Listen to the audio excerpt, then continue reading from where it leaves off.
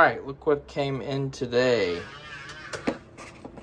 We are trying the Tesla Key Fob for my wife's Model Y.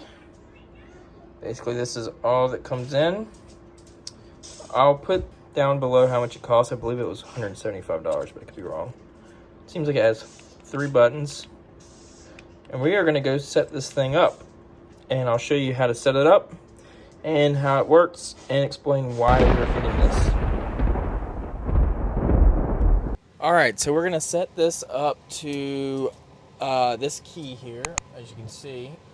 We're going to set this up to work in the Tesla Model Y because my wife's key is her cell phone, and then she's got the key card. But if you have an Apple phone, one of the things that tends to happen is if you put an Apple phone into a pocketbook, it kind of, the way it shakes, it will not work as a Bluetooth device to Bluetooth connections. I'll go into more detail about that later. I need to go back and do a little bit more reminding of myself of what it was exactly. But something to the effect of, on Apple iPhones, you can have an issue with your keys, Bluetooth, to key access to your car if it's sitting in a pocketbook or something like that. It doesn't seem to be as much of an issue if it's in your pocket for whatever reason. I guess it's because of the orientation and how it's moving. It recognizes it's on a person versus not being on a person. Anyways, sorry for the rain. It is raining out here. But we're going to go through how to set this up and more information. So, the very first thing we're going to do here is we're going to pull this out. Alright, that was blocking the battery inside. And we're going to go to the menu. We're going to go, and just FYI, I'm learning as we're going through this as well. We're going to add a key. Add a key fob. So, scan your new key behind the cup holder. So we're going to put this back here. I don't know if you can see that, but I've essentially put it down here. Tap existing key card to approve the notification. So what I'm going to do is I'm going to go into my wallet, and I have this key card, which is to the Model Y, and I'm going to do the exact same thing here. I'm going to essentially, all right, now tap existing. Key has been added. So real quick, that's how easy that was. That got added. Key card, unknown key. That is this one. So just real quick, I'm going to delete it. We're going to do the exact same thing. I'm going to show you what the screen saw, basically what we did. So we're going to move that down here. Uh-oh. There it goes. And I added that. And look, that easy. Key card was added. That's unknown key. So we're going to say this is Brit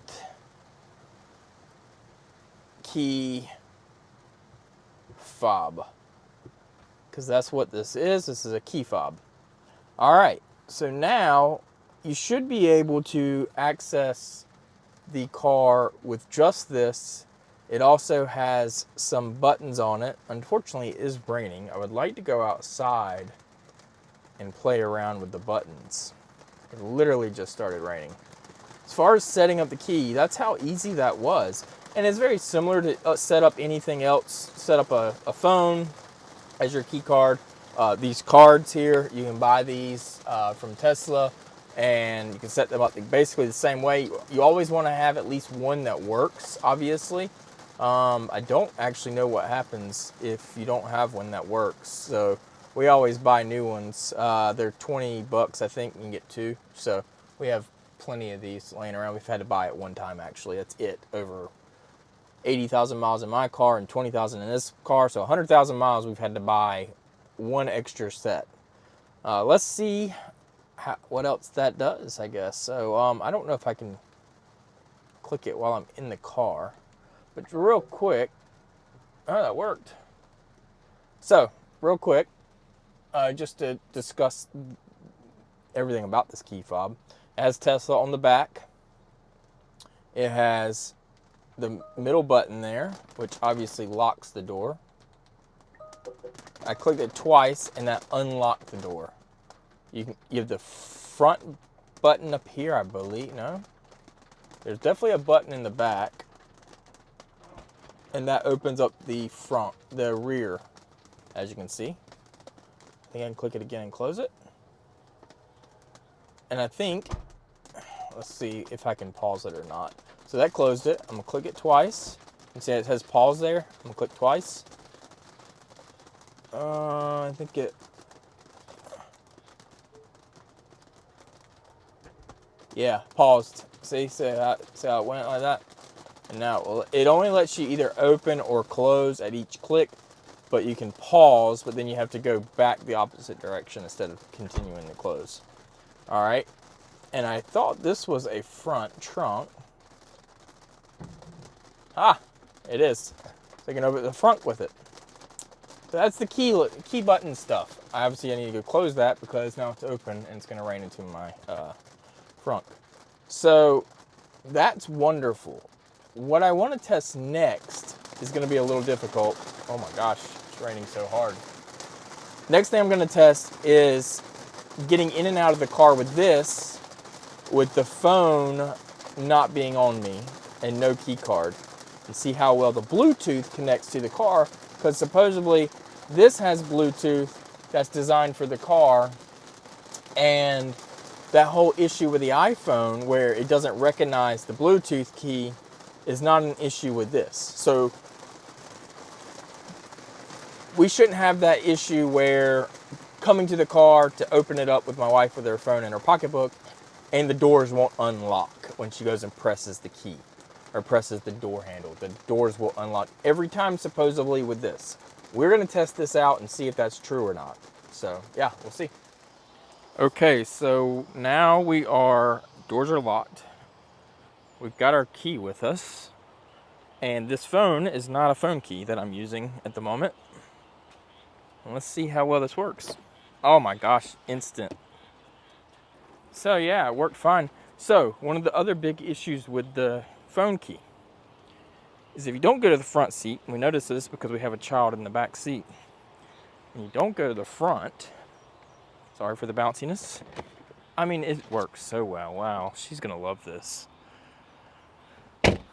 I will give an update on this later on to see how well my wife likes it being in her pocketbook, but very expensive. We'll go through that here in just a second. Okay, so as you can see, it was $175 for that key fob. Quite a bit more expensive than a OEM of another car manufacturer's key fob would be.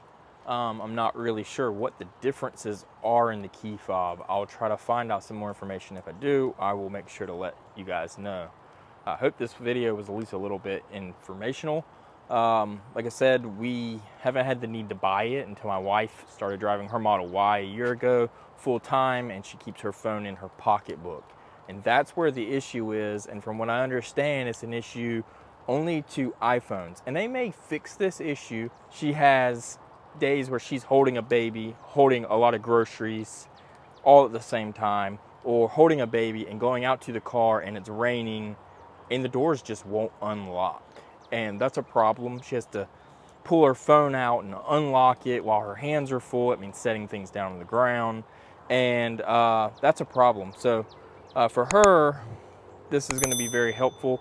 Again, we'll let you know how well it works in reality, but based on my test that you just saw, it seems to work very well. So we'll see. Anyways, leave a like if you enjoyed this. Subscribe. It really helps the channel out to subscribe, also to leave a like, and hit that notification button so you see when I come out with new videos, and we'll see you guys on the next one. All right, thanks.